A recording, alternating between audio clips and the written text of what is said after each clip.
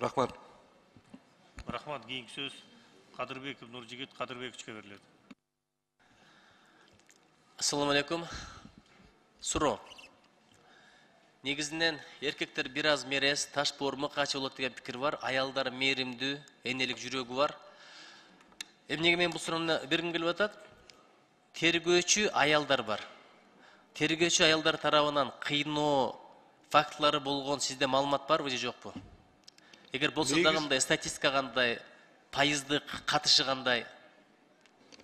Негізілер тергөөчүлөр тараптан өтө төмөн, жок кайсы. Көбүнчө арызды аттануу бул ыксам же болсо оперативдик кызматкерлерге. Арызды аттануулар.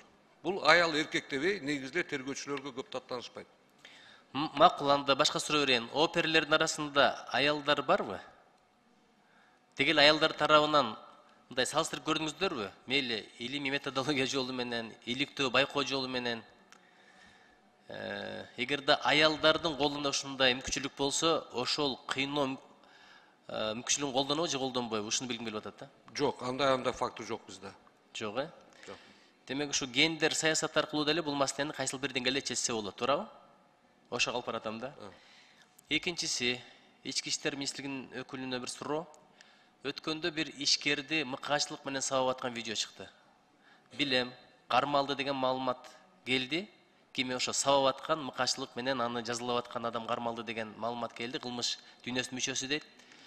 Ошондой мыкаачылык менен ишкерлер байкуштар сабап албайт деген кепилдик барбы? Ишкерлерге карата бир өзгөчө мамиле барбы, өзгөчө коргойлуу деген? Анткени сиз алган айлык, мен алган айлык, ошолор иштегенен улам болуп атат да. Экономиканын кыймылдаткыч генератору ушу ишкерлер. Экспорттук потенциалды көтөрүп аткан ким? Ишкерлер. Биздин өндүрүштүк потенциалды, өнөр жай потенциалын көтөрүп аткан ким? Ишкерлер. Анан аны бияктан налог менен кыссак, тияктан келип текшерүүчүлөр эссе мамлекеттен, ал жактан барып алып кылмыш дүйнөсү каалаган жерине камап алып туруп эзип атса, ошолорго кандай бир кепилдиктер барбы, бир тыянак кылдыңыздарбы? Саламатсызбы, Нуржигит Кадырбекович. Ишкерлер боюнча айта кетсем, ишкерлер сиз айткан эле туура бизге бүт өлкөнүн өнүктүрүүсү боюнча, экономикасы боюнча салым кошкондор эң чоң салым кошкон ишкерлер. Албетте бизге ар бир жарандын коопсуздугун ички иштер министрлиги коопсуздугун сактоого милдетин алган. Анын ичинде ишкерлер да бар. Кылмыштуу топтун мүчөлөрү тарабынан андай окуя боло турган болсо, азыркы маалда мен сизге айтып кетет элем, андай фактылар почти 90% азайган. Кылмыштуу топтун мүчөлөрү ишкерлерден келип акча талап кылып, башка бирдеме алган 90% азайды. Андайларды биз андайларга жол бербейбиз. Эгерде ушундай болуп калат болсо, биз болгон мыйзам чегинде көрсөтүлгөн бүт чараларды көрөбүз деп сөз берем сизге. Оозуңузга алмай 90% азайды дедиңиз, бул аябай жакшы көрсөткүч. Эгер сөзүңүзгө ишене турган болсок, анан жол бербейбиз дегениңизге да абдан ыраазы болдум.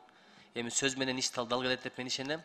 Мен бирдекени айтып коеюн да, жазылбаган мыйзамдар бар. Эч ким органда иштеген болсун, мейли азыр иштеген болсун, мурда иштеген болсун, погончондор кандай мамиле кылбайт. Эгерде погончондор ошондой мамиле кыла турган болсо, азыркы погончондор башка чара көрүп коет. Бул жазылбаган мыйзам бар. Ишкерлерге деле ошондой өзгөчө мамиле болсо деген эле менин тилегим. Кылса болобу?